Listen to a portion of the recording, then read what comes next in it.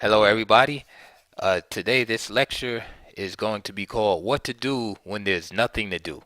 All right, the game that I'm going to use is from the Tata Steel Tournament in 2016 between Grandmaster Benjamin Bach with the white pieces and Erwin Elami with the black pieces. All right, so we're going to get right into it.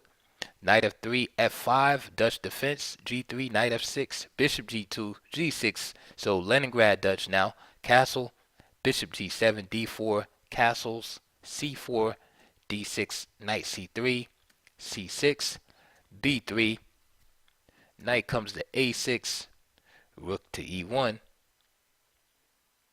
knight e4, and bishop b2, and I'll stop right there. And the reason why I call this lecture what to do when there's nothing to do is because oftentimes a lot of players will run into difficulties when there's no real direct tactics in the position, right? They have trouble planning and making a strategy going forward. So what I'm going to do is give you a tool that I use and many masters use in order to find your way positionally when there's nothing, uh, concrete in the position to go for.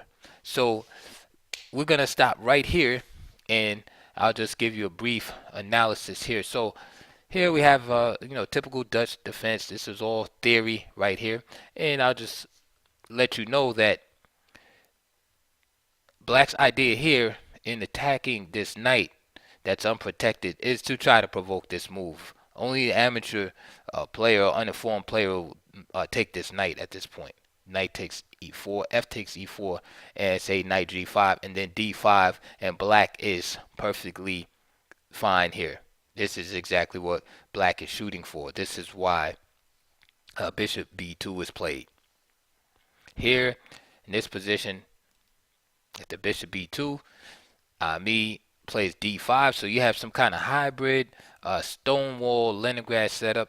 I've seen games with Gadakomsky has played this position very well. Of course, the downside, as in this Stonewall defense, is that you give up the e5 square. I like here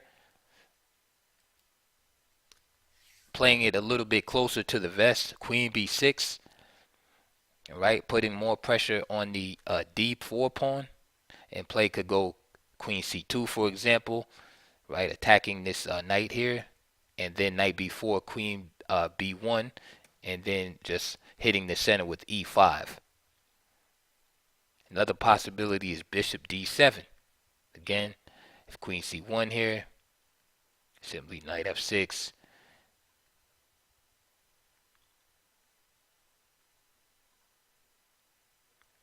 And black gets to free his position, although he has to worry about his e7 pawn.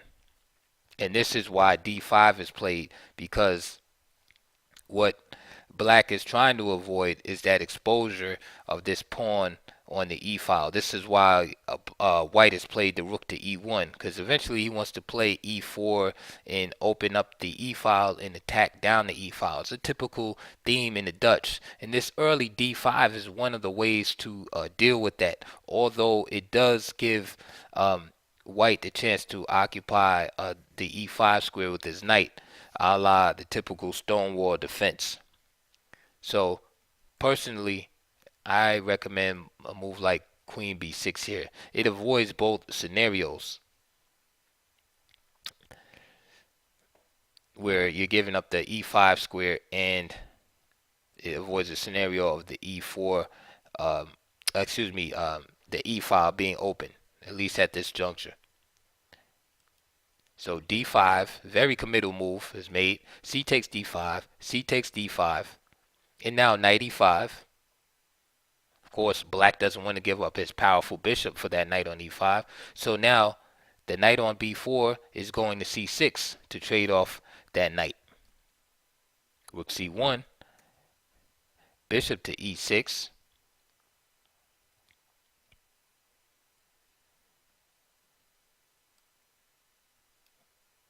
Excuse me, bishop to e6. Now a3, kicking the knight off. And now the knight goes to c6. However, knight takes c6, b takes c6, and this is where we begin our discussion. All right, there's no direct threats here really for either side. Okay, so the first thing that we have to determine is whether we're better, worse, and I'm speaking from the white perspective here, but black would do the same thing if it was his turn or if he was analyzing the position. You want to determine if you're better, you're worse, or the position is equal. Okay, and if you're better or worse, you want to determine by what degrees, because this is going to dictate the type of plan, okay, that you set in motion. See, if you're way better in the position, that means usually there's like, maybe pawn sacrifices are possible, piece sacrifices are possible, right? If you have like a huge advantage in the position. And the same goes if you're like way worse in the position, okay? Um, if you're way worse in the position, you might have to take some drastic, just resign basically if you're really worse in the position, okay? If you're slightly worse in the position, okay, you might be able to hold though, maintain, right? Do quiet moves. Have you ever been in a position where you were only a little bit worse, but you panicked and then you tried to turn the position around in one move and then wind up, creating more weakness in your position and then going on to lose the game? Okay, you might only have one weakness. Say you have a backward pawn, but you're so bothered by the pressure on that pawn that you create a weakness on the other side of the board, and now you're lost. Okay, because you fail to realize that, hey, I'm only slightly worse. Okay, all I need to do is protect this weakness and I'll be okay. All right, so analyzing, helps you plan out, a roadmap, right? And assess the position critically, so that you're not just making, wild moves here. So let's look at this position. All right, and I'm gonna go through 7 steps. So there's different books on the subject. It's like Think Like a Grandmaster, the real old school book. Some Jeremy Silman's books. Karpov even has a book, um, on assessing positions and things like that. There's many books like that. I'm going to use this 7-step method, and I think Karpov, uses this method also. He's my favorite player, um, and it's always worked for me. It's very simple, and I'm going to apply it here for you. So I'm going to go step by step so that you can follow or copy it down or whatever. First thing we look at is material in the position, right? It's simple enough, right? Pawns are equal, material is equal. So there's no imbalance there. The second thing we look at is direct threats, okay? What are direct threats? Is the queen hanging? For instance, a position I showed you earlier where black was attacking the knight on e4. I'm sorry, played knight e4. This would be a direct threat here. So if I'm white and I'm looking at this position, is there a direct threat? Yes, this knight is about to be captured. Okay, so that's a direct threat for you new people. So I don't mean a threat in 2 moves, okay? Or,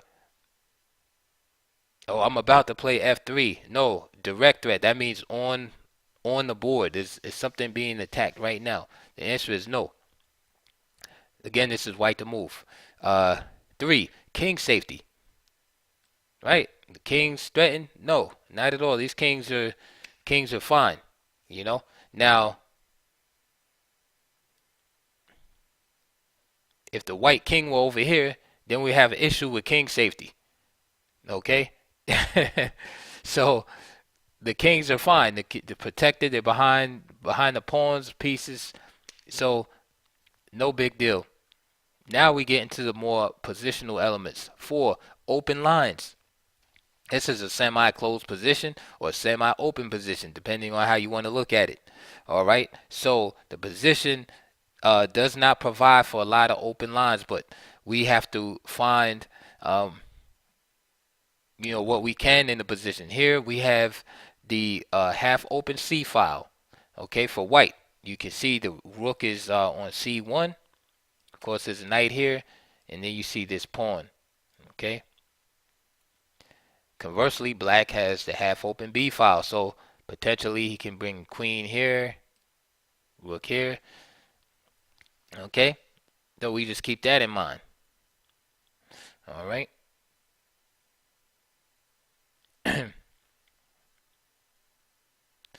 The next step, number 5, is pawn structure. Okay. Now, the pawn structure is going to be the first advantage, a clear advantage that I would give out in a position. I would give that to white. The reason why is because white has control of the c5 and e5 squares in black's territory. Okay, and conversely, the e5 and c5 squares are weak for black. Okay, now for black, black has control of e4 square. He has strong control of the e4 square, as he has his knight entrenched here, and he has his pawn on d5 and f5, influencing that square. However, I'll still give white the advantage there because he's controlling 2 squares uh, as opposed to only 1 square. Is it a big advantage? No, but I'm giving the advantage to white there. Right, so that's a little check mark. Number 6. Now, there's 2 criteria that I put together in number 6. That's the center and space. Now, when I'm talking about the center, I'm talking about the direct 4 squares in the center. E4, D4, E5, and D5. That's what I'm talking about when I say center. Not C5 or C4, F4, F4. I'm talking about those 4 squares in the center. Right? Who has control? Now here, the center is equal, right? Using this criteria. Okay. Black has control over E4 as we discussed earlier, and also D5. So E4 and D5 belong to black, and white has D4, and he has control over E4. How do I know that white has control? Well, he can't. Black is not able to put a piece there. Okay, if he puts a piece there to get captured, so black does not have control over that square. White does. Same applies with D4. If black tries to capture, then he will lose a piece. And it's the same conversely. Black has control here and control here. So the center is a wash, right? Each side has a equal stake in the center. Our next criteria on that is space. Okay. Now the center is again the center is all locked up, and so the only space advantage here that we could say is that black has the advantage in space on the king side, just due to the fact that his f pawn is advanced. Again, it's no biggie, but he has an advantage in space over there on the king side, and of course along with his knight on e4, right? That lets us know that his most the the area where he's most likely to attack in or achieve more gains in is going to be over there on the king side. So we could give, black like a slight advantage as far as like having space, just on the king side there. Okay. Now we move on to our last criteria, which is also a 2-part criteria, and that's development and position of the pieces. So development, as you can see, is pretty much a wash. All the pieces are out on both sides. Okay, the rook on A8 is not fully developed yet, but there's not going to be a problem developing that rook. Okay, position is pretty closed anyway, and so the development is a wash. Okay, it's not a big deal. Each side is pretty much almost fully developed. Now the other half of that criteria is the position of the pieces. Okay. The rook is on A8. Like I said, it's not too big of a deal because the rook can be developed in a move or so. The big thing that sticks out is black has this bad light square bishop. Okay, that bishop on E6 is not a good piece. Okay, that's a bad piece right there. However, white's dark square bishop on B2 is not too hot either. Okay, it's a little bit better than whites, but it's not too hot either. Okay, the only I would give white a slight advantage in that criteria is because it's easier for black to fix the situation with his dark square bishop than it is for white, than it is for black. But again, Those two bishops aren't too hot. So that's basically the end of the assessment right there. So if you notice, either it's not like either side has some big advantage. Okay, I would give the slight advantage to white here. Okay, I would give the slight advantage to white, and the reason why is because this weak pawn, this backward pawn on the c file, right? The weakness on the c5 square and e5. Okay, and the bad bishop on e6. I would give the slight advantage to white. So what does that mean for my planning going forward? That means that my move is not going to be, you know, a sacrificial move, or oh, we're going to sacrifice a pawn here, right? That means I have to do something, something small to maintain the advantage, or attack something in the position. Okay. Now I named what black's advantages were. What were black's advantages? I said he had a little space on the king side, right? And he had control over the e4 square. So white wants to do two things.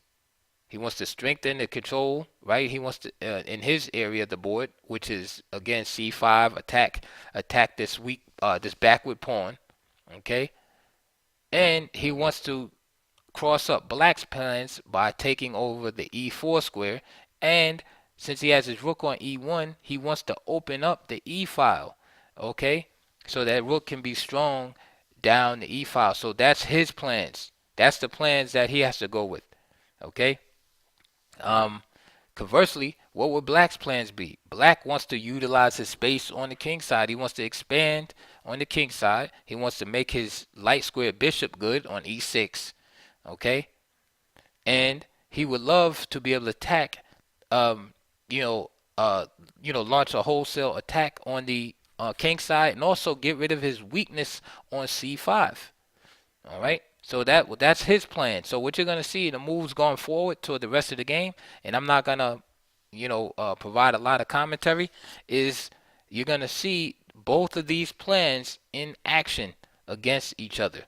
Okay. So we did the big analysis, and now just sit back, and now you'll be able to understand all the moves going forward. So I'll be providing very light analysis going forward, and hopefully you'll be able to get it. So knight a4, right after we've talked about everything, it's obvious what white is trying to do here, and it's obvious what black is trying to do. There's f4, right? What is it doing? King side expansion, right? Making this bishop better. F3. I have to explain what F3, just simply taking over e4, right? You don't want the knight to be there, right? He's taking back his territory. If rook takes c6, notice the pawn was left hanging. F takes g3. Black continues with his king side attack. So you can see the plans in action. F takes g3. Again, he leaves his bishop here. If rook takes e6, then black just wins after g takes f2. Okay. So play will have to go bishop d7, rook c2, bishop takes a4, b takes a4. So you will see, just for the price of a pawn, that white's position is very compromised as far as his pawn structure is concerned. This is why rook takes c6 isn't played. F3, sticking to the plan, and that's very important. Okay, it's most of the times you want to stick to the plan. Yes, certain times you do switch plans, but most of the time you make that plan and you want to carry it through. So F3, knight d6, knight c5. Again, do I need to explain anymore? Bishop d7, e4. There's the other part of the plan now, opening up the e file. Black plays g5. Again, this move is actually an error right here, but he's sticking to his plan. Perhaps better here was just rook b8. Again, getting a rook in the game. Remember, I was saying that pieces weren't developed. Probably just rook b8. Instead, he plays g5. Now I can't knock him because he's sticking with his plan of attacking on the king side. It's just tactically flawed. Okay, but he still has a plan. E takes, c takes. Notice again. Now the e file is open for white, but remember how we discussed what the plan was, and look at White's pieces. So he planned, and now he has what he wants. Okay, Black is trying to implement his plan too. It's just that White is doing a good job counteracting. Rook e5, again, old school. Best counter for attack on the wing is attacking the center. So you see White attacking right in the center. And you might say, wait a minute, why can't a Black just capture that rook on e5? Well, he can, but it's tactically flawed because after bishop takes e5, d takes e5, knight f5, and then queen d5 check. And this bishop is attacked right here 2 times. So he just has to play e6, knight takes d7. And I just want to point out here, notice the occupation of these 2 squares. Remember we said in the analysis earlier how e5 and c5 were weak for White, weak for Black. Look at the occupation. So notice whose plan has been, whose plan and vision has been more dominant, whose will has been imposed on this position, right? It's been White's will has been imposed, right? Because he's realized his vision of increasing control over the e5 and c5 squares. Because before, when we analyzed the position at first, White merely just had control over the position, but now he has control and occupation of those squares. Meanwhile, he has kicked the knight out of e4. He's taking control of this square. In other words, Black can no longer occupy this square. Okay, this is good for White. Okay, the space advantage on the king side has been mitigated. Okay, Black can't really do anything further than that, than this pawn being here on f4. Okay, this bishop is still dormant here, which brings me to our next point. Because remember, Black wanted to improve this bishop. This brings us to our next point. Knight takes d7. Now you're like, wait a minute. I thought that bishop was bad. Why would he give up such a powerful piece to get rid of a bad bishop?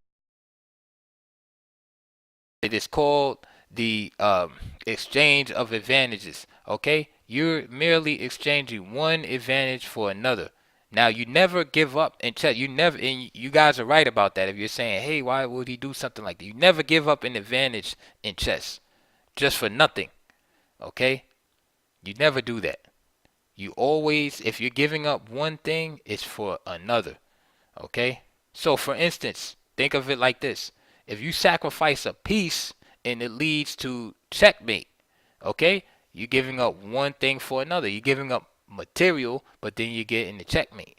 Now you wouldn't just, if you just give up a piece in the opening with no compensation, what do you call that? You don't call that a sacrifice, you call that a blunder. Okay, so it's like the same thing. Okay, White is just not giving up a beautiful knight on c5 just for a bad bishop. He's getting something in return. What is he getting in return?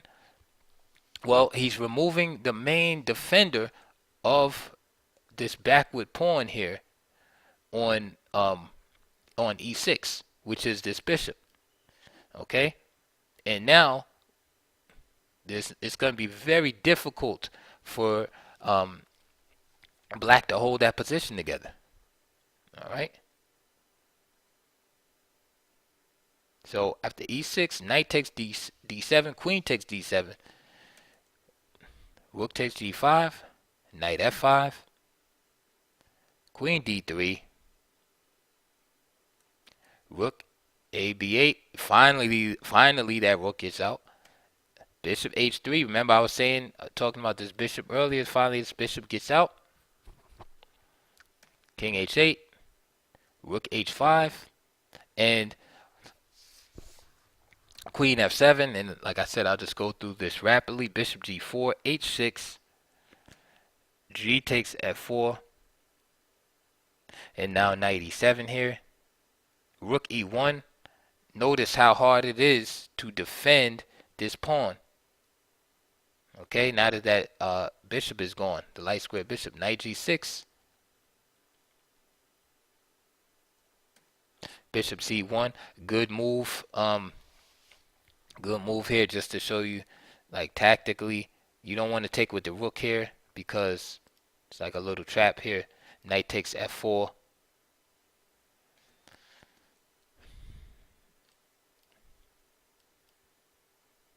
Again, traps here. Knight takes F4. That's another little mini lesson that, again, be very careful because there's nothing more dangerous than a wounded animal. Okay, black is worse here, but he's setting, of course, being a grandmaster, he's setting traps. He's not just gonna roll over and let you win the game. He's setting traps here, so you have to be very careful. Bishop C1. Remember we were talking about this bishop kind of being a little suspect earlier, so finally it finds a way to help. Knight takes F4, bishop takes F4, queen takes F4. Any endgame is good for white at this point. King G2. And now we see the consolidation of the position here. Finally, the E6 pawn drops. Rook to E2. Bishop takes D4. And white is just ahead, too much material here. Rook D8. Even here, rook takes D5 could have been played. Bishop G4, rook D8. And now we see the occupation of the 7th rank. And these are all like simple tactics. You see, like for instance, I was talking about what to do when there's nothing to do. See here, there's no need for like a long, big think here. Okay? It's like just occupy the 7th rank. Threat and mate. The tactic is too obvious. Rook E7, Bishop G7, Queen G6, threatening mate again. Queen D2 check, and King H3, and black resigned. There's no way to stop the impending destruction. Say after Rook G8, for instance, then move like Bishop F5, and then the game would be over. And notice it would be the light square bishop to finish the day. And notice too the weakness on the light squares, in absence of black's light square bishop. Okay, so anyway, I hope that game helped you understand a little bit about planning. It takes practice to till you get to the point where you can just glance at the position and you can kind of see the plans, what type of plan you should be doing immediately. But practice and try to look at positions where there's no like immediate tactics, like a fork and a skewer, it's things like that. Try to look at positions where you try to look at it and say, okay, who's better here? How much is white better? How much is black better? What's the plans? And then compare your analysis, like just come up with a general plan and then compare your analysis to what the master actually played in the game. All right, and then you'll see like where you went wrong, and if you don't understand, go back and do it again. And hopefully this helps your game improve. All right, I hope you enjoyed that, and I'll see you on the next video. Oh, by the way, please like, subscribe, and check my links below. There's like books down there and DVDs associated with this opening. Thank you, and I'll see you soon.